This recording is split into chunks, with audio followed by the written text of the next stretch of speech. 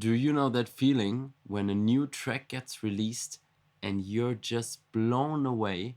Like your whole perception of music kind of changed because of that track. Well, that's what just happened to me once again when I heard Enrico Sangiuliano's new release, Future Dust. In general, the whole EP is great, but we want to have a look today at the track Future Dust and 5 lessons that we can learn from this incredible production.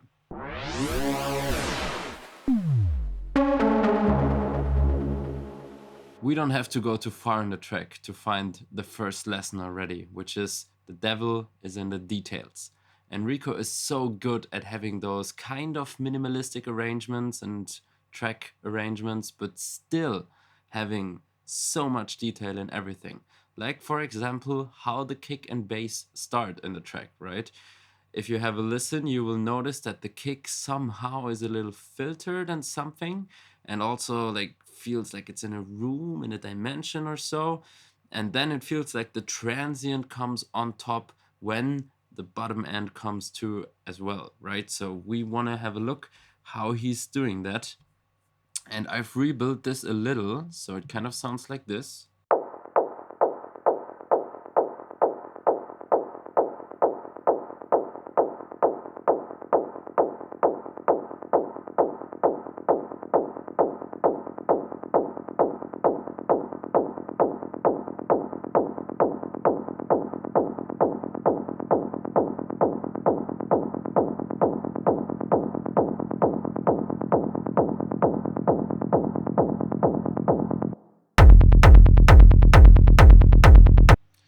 So this is essentially what it sounds like. And what's happening here is we have two auto filters.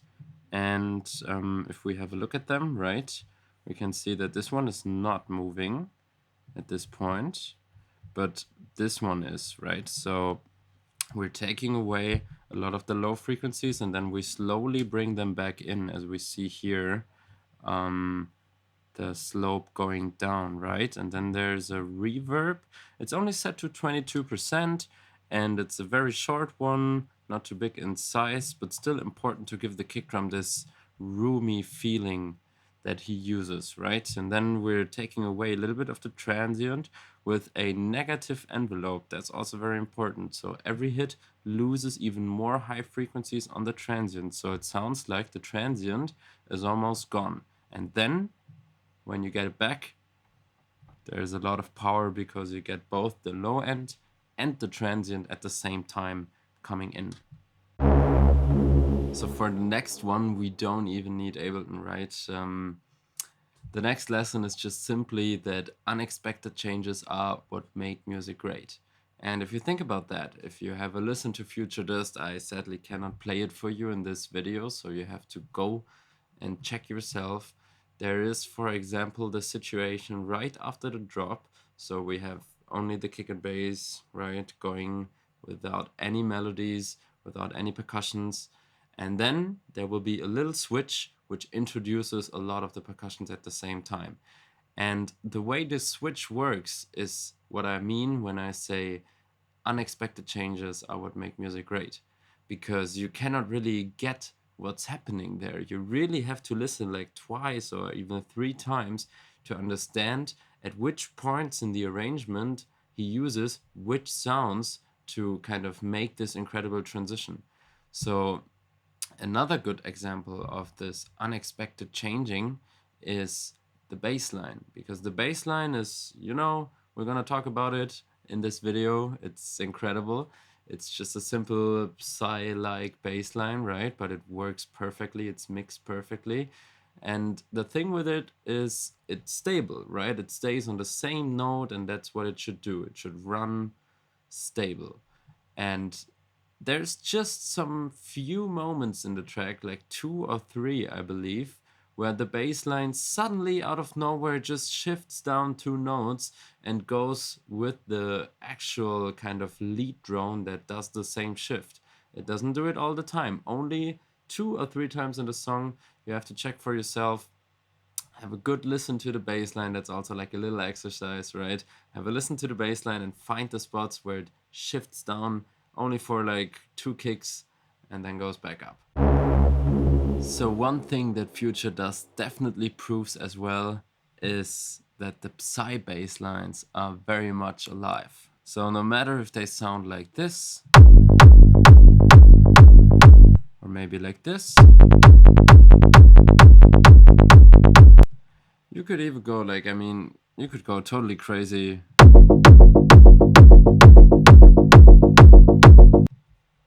Or you could have it a little more funky.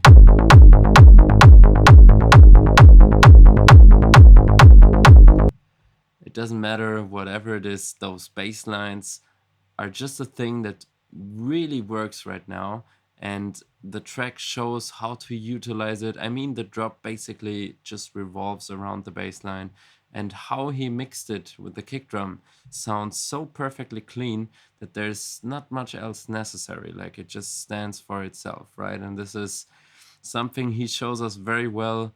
You can take the easy things, like for example those kind of Psy bass lines, and do it real good, and it will be very nice in your track. Now the next one is a little special, bear with me. So imagine you're having a loop running like this.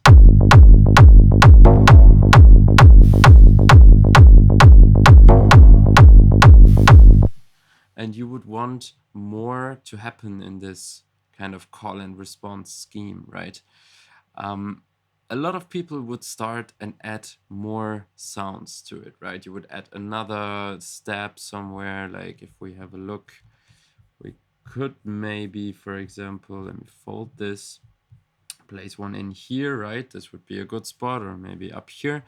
But what Enrico does in the track, and what I mean, it's just a simple thing, but it really inspired me to kind of think out of the box, is that he used a part of his bass line as a call and response element in his call and response kind of groove, right?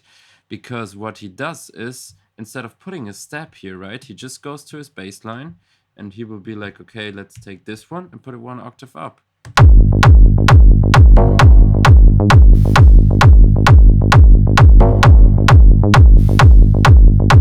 And there you go. You have the response for the step, the filling in between those two, without adding a new sound, just lifting up by one note in our bass line. And for sure, you can like go creative on that and do it every four, for example.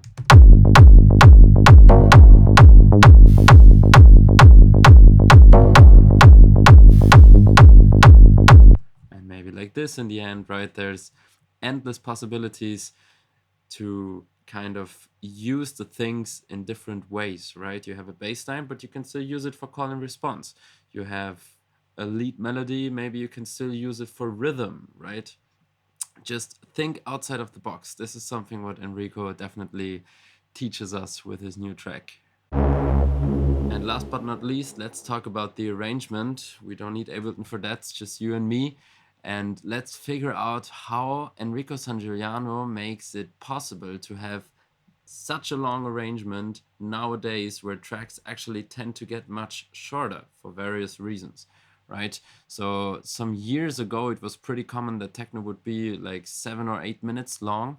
That's not the case anymore, at least not often. So what's the difference between a short and a longer arrangement? So obviously what comes to mind first is some parts of the track are just extended. So if you have a listen to his track, for example, the break is 2 minutes. 2 minutes. Like we have, I mean, it's cool to have no break at all in a track, and it's also cool to have a 1 minute break, which is already like very long. But 2 minutes is insane. It's insane, and it's insane that it works. Like, I don't know if you heard the track live before, a DJ perform it live. It's crazy. Like, you never feel like, oh, why is no drop coming, right? I really want to drop now. It really drives you up. You want to drop, but you don't feel like the break should be over. It's kind of keeping you in this state of, okay, it's nice and I want to drop, but still I'm fine in the break, right? So how this works is, he constantly rises the tension, like really linear up to a point. So what we're doing in shorter arrangements is rather having quick peaks of emotion, quick peaks of power and then quick changes as well. What he does is rather having longer parts and rising the tension up to a maximum. With more and more layers to come, you can hear this very good in the break, with more and more melodic layers, more and more percussive layers coming and also fading back out, so you can kind of create the space and still have a progression in there. So it's very, very, I mean, what am I to say? Like, I can just tell you what I can hear. And then again, the same thing happens in the beat parts, right? We don't have like a first drop and a second drop. It's rather like the track just builds itself up and up and up and up and up over like 4 minutes or something. And then it goes down to the break, builds up again over 2 minutes, and then keeps kind of the energy rising and rising until it fades out. And this is actually how every track kind of should work. But I feel like a lot of modern arrangement kind of revolve around having a first drop, a second drop, a main break, a shorter break, another break, a break at the end, a break in the beginning, right? Like it's kind of, it's a little weird right now. And what he does is just the simplest of things and super long, having enough time to give all the elements the right space and the right time also. Like some elements need time to kind of express themselves. Very different kind of video today. I hope that was interesting and hopefully inspiring for you. At least it was for me to kind of think about how Enrico does it. And I mean, what should I say? Grab some samples. There's also some free ones as always in the description, and keep making music.